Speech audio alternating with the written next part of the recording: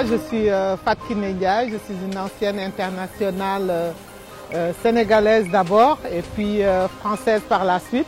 Depuis quelque temps au Sénégal, je suis revenue, mais je ne suis pas revenue les mains vides. Je suis revenue avec un projet qui s'appelle Pulse Africa Sport for Education. Et donc ce projet est dédié donc aux jeunes filles, aux jeunes basketteuses. Je m'appelle Sorna Nenelo. Je suis une joueuse de la GIA, une cadette. C'est ma 5e fois. Je m'appelle Anchuman Lee. Je suis le directeur pédagogique du camp organisé par Pulse Africa. J'ai en charge le recrutement de tous les animateurs qui doivent intervenir dans le camp et aussi veiller à l'exécution de tout ce qu'il y a comme activité dans le planning. On essaie de porter notre expérience qu'on a pris un peu partout au Sénégal et dans le monde. Essayer de les inculquer ces valeurs-là, de l'éducation, de d'abnégation et vraiment de réussite. Elles sont très réceptives. Et moi, aujourd'hui, j'ai été vraiment épaté par rapport à la séance qu'on a faite aujourd'hui.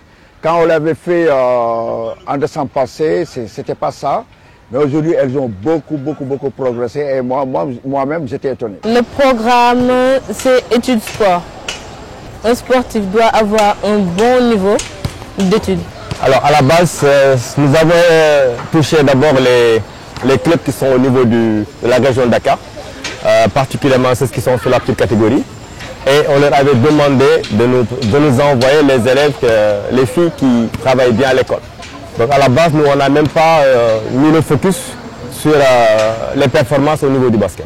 Nous, ce qu'on fait, c'est que pendant les vacances, on regroupe les jeunes filles. On le fait, donc les grandes vacances, on a un camp de 15 jours. Mais les vacances de décembre et d'avril, on a un camp d'une semaine où on les regroupe, où donc c'est le basket, le perfectionnement bien sûr, mais aussi des cours de renforcement en français, anglais et mathématiques. On part faire nos cours de renforcement pendant le ramadan. Mais si ce n'est pas le ramadan, c'est les études le matin, le soir on s'entraîne. Il y a un suivi et un link que nous avons avec les entraîneurs qui sont dans les clubs. Et parallèlement aussi, nous sommes en contact permanent avec les parents. Donc nous, à chaque fois que de besoin, nous avons tout de suite la possibilité d'avoir toutes les informations de chacune des filles. La preuve, pour ce projet-là, les parents se sont même constitués en association pour être partenaires au projet de Pulse Africa. Il faut absolument bien travailler. Ouais, ça, c'est le critère numéro 1. Il faut être scolarisé et bien travailler, bien sûr. J'ai vu des talents qui, si elles sont bien encadrées et préparées, elles vont devenir de grandes choses. Il y a du talent, j'en ai vu. Il y a vraiment des filles qui ont du talent. Maintenant, ce talent-là, il faudra tout faire pour leur permettre de progresser, voilà, et de se maintenir à l'école.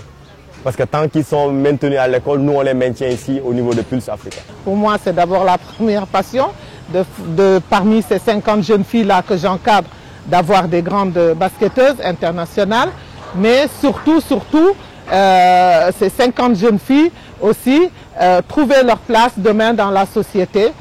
Comment? En ayant vraiment des bagages, en ayant leur diplôme et en ayant une superbe situation dans leur vie demain. Ça nous apporte beaucoup de choses parce qu'il y a des filles, quand c'est la première fois qu'elles viennent ici, elles étaient timides.